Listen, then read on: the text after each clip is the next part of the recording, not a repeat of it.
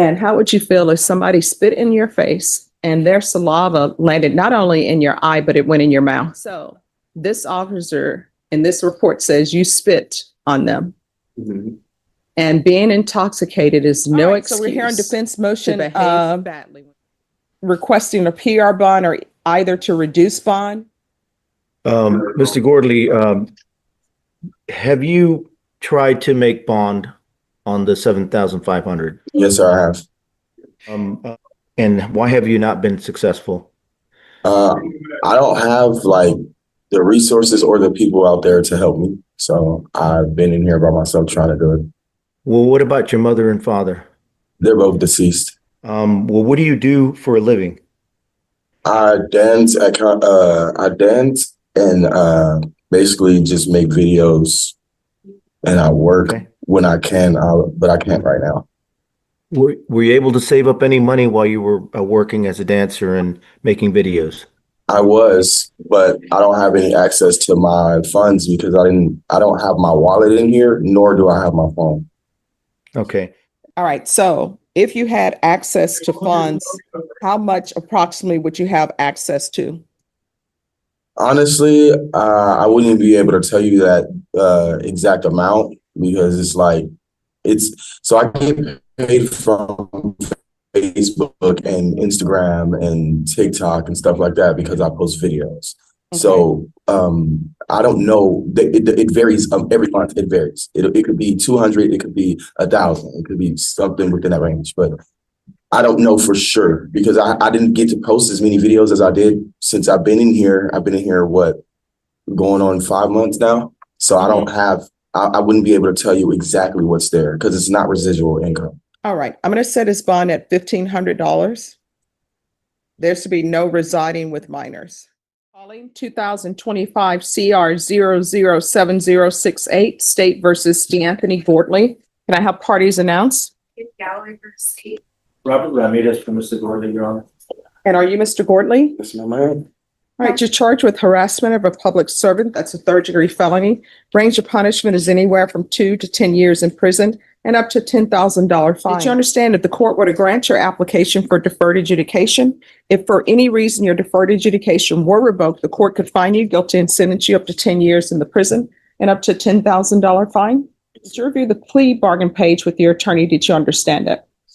According to the plea, there's a $1,000 fine and the state recommends deferred adjudication. Did you understand that to be your plea? Outside the agreement, the state is recommending that your deferred adjudication be for a term of 4 years.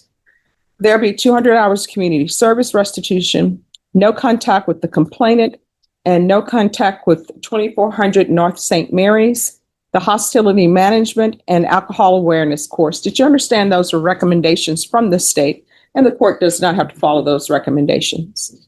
How do you plead to the offense as charged? State any evidence? State offers states 1 in attachments. No objection. All right. Are you proceeding with sentencing? Yes, so, Your Honor. Anything you wish to say on behalf of your client? We ask that you follow the plea. All right. And so this location, where is this location? What is the business? Nightclub, And what's the name of the nightclub? Rumble. I'm sorry, what? Rumble? Rumble? Yes, ma'am. And what time did this happen? I want to say around like 2 o'clock in the morning. So that still goes back to my point. Nothing good happens really after 10. So had you been drinking? No, ma'am, I wasn't drinking at the time. So you were sober? I did drink beforehand, but at the club, I was not drinking. No. So were you sober? No, ma'am. So you were intoxicated? Yes, I was. So why didn't you leave when they wanted you to leave? The clubs, do they close at 2 a.m.? I think they were closing.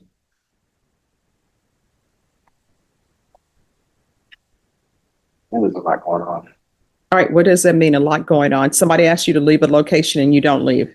We were actually leaving and it just, it was a fight going on. And Between? a lot of us. There was so many people out there, I can't even remember for real. So do you know these other people? Devontae Manquel, German Scott? Mhm. Who is he to you? It's my cousin. Sergion Jarrell Knowles, My brother. Amy Arlene Garcia, I don't know. Serena Faith Estrada, Brother's wife. Anderson DeAndre Sledge V. That's my oldest brother. So let me ask you this, because these are things that people need to think about, right? How would you feel if someone were to spit in your face? I feel bad. And how would you feel if somebody wanted to spit in your face and their saliva landed in your eye? Nobody else would feel it. And how would you feel if somebody spit in your face and their saliva landed not only in your eye, but it went in your mouth? Like it. Well, would you calmly just walk away, or would you be prepared to fight? I'll be prepared to fight. All right. So this officer in this report says you spit on them, Mm-hmm. and being intoxicated is no excuse to behave badly when people are telling you to leave their location. And it's 2 a.m. and everybody probably in your group is drunk. Was there not one sane, sober person in your group to say, let's leave, you all are acting crazy? Your brother's wife didn't say, I'll see you all and I'll let your mom know that you all are about to go to jail because you won't leave? Mm-hmm. And do you have any children? I have a daughter. How old? One. One. So you have a daughter who is one, and who was taking care of your daughter? Her mother. All right. And are you and the mother together? All right. So how do you think this is for your daughter? Her father is out at 1 a.m. I'm sorry, really 2 a.m. at a club. And how old are you? 26. At some point in time, isn't it time to be done with being out at the club at 2 a.m.? And your brother and all these other people, how old are they? Honestly, I don't know. People with their ages. I got 11 brothers and sisters. All right. So you have 11 brothers and sisters. So these brothers that were with you this night, are they older or younger? One of them older. They're my oldest brother, and then the other one is younger than me. He's actually 25. So he's 25. So then the older brother who is older than you, estimate, what is his age? 30, 32, I want to say. And still acting silly. And is your mom She's deceased. and your father? Deceased. So who is telling you all not to do this? Nobody, honestly. All right. So you're at that age, and I'm sorry that your parents have passed, but you're at the age where nobody should have to tell you this. Usually they say it takes males a longer time to mentally develop. But at the age of 26, you should already be there. And especially since you have a daughter who is dependent on you financially, and you're not doing good things. You made a mistake? No, not a mistake. You made choices. I did. You're Yeah. Because you all chose to go out. You all chose to drink to intoxication. You all chose not to leave an establishment when it's already after 2 a.m. And you chose to spit on this officer. I can't even imagine how he's feeling. Can you imagine how that officer is feeling and how gross that is to have somebody spit in your eye? And not have any Visine drops, probably want to pour alcohol in your eye, but you can't. And then for it to go in your mouth. A complete stranger who's drunk. And I'm pretty sure that you all probably didn't smell great because you're drunk. You understand? Yes, ma'am. If you want me to follow this agreement, I will follow this agreement. But in this courtroom, probation is not easy. It's not supposed to be easy.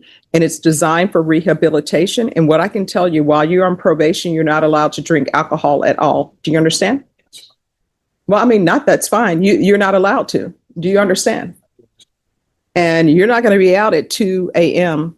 You should be, all of your waking hours should be setting money aside so that your daughter has enough money where she can do what she want to do but not have too much money so she doesn't have to do anything. You understand?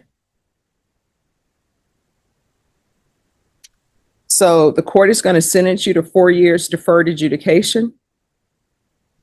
There's going to be regular reporting by Zoom or in person, regular random UAs. Are you currently employed?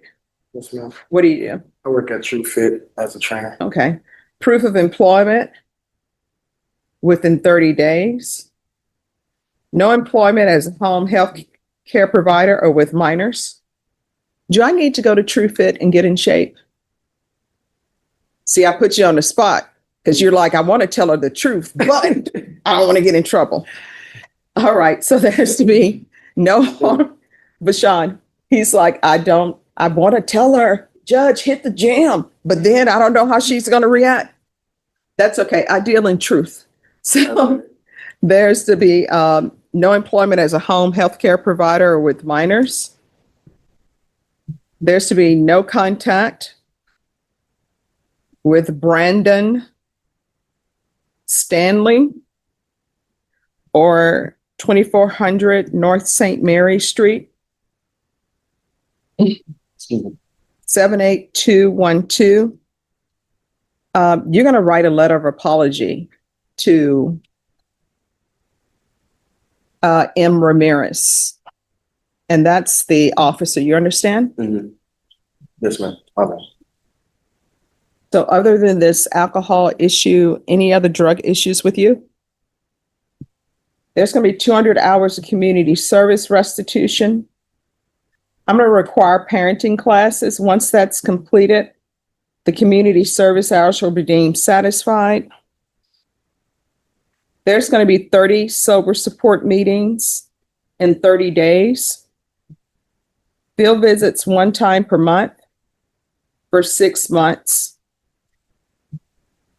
And out of custody, you can do a TAP evaluation. If TAP recommends inpatient treatment, we'll start with supportive outpatient treatment. Probation, is there anything else? Is there anything else you need from the court in order to be successful? No, ma'am. All right, we can go off the record. You better start making better choices. And at your age and the responsibilities you have, you should be in the house by 10. Your club days are behind you. You understand? Yes, ma'am, I do. All right, good luck to you. Thank you. You're welcome. It is that time of year, and high school graduation marks a real milestone for students. But for one San Antonio teen, the diploma recognizes an even more significant achievement, considering everything he's gone through to beat the odds. Eyewitness News reporter Sharon Coe explains.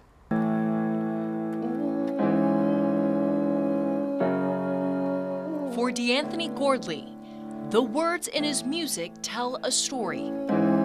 A story of the tremendous obstacles he's faced in his life. Well, I did give me some money, I did give me a bag. They look at me like I'm funny. Gordley was once homeless while attending Churchill High School, a hardship he kept hidden. I felt alone. I felt alone in a lot of situations.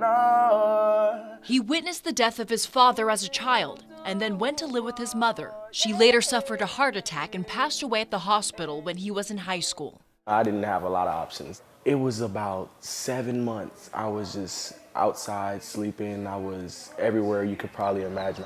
With no family to turn to or legal guardian available, any ISD got him connected to the McKinney-Vento Homeless Project, a program that provides services to help youth in homeless situations succeed. They would help me a lot, so much. That's the most help I've ever had. Gordley got in touch with several families through the program who helped him out even further. Everybody was a part of it. Through the schools, they helped me be strong. Without most of the people that I know now, I probably wouldn't be where I'm at. And this soon-to-be 2018 graduate, now excited to see what the future holds. If I can do it, I feel anybody can do it. I feel like if everybody was to just push, it's a lot that can come for you. Sharon Coe, KENS 5, Eyewitness News. An incredible accomplishment, and Gordley certainly has a bright future ahead of him. He's already created songs that are being sold on iTunes. As for his immediate plans, he says he's just thrilled to graduate in a few weeks.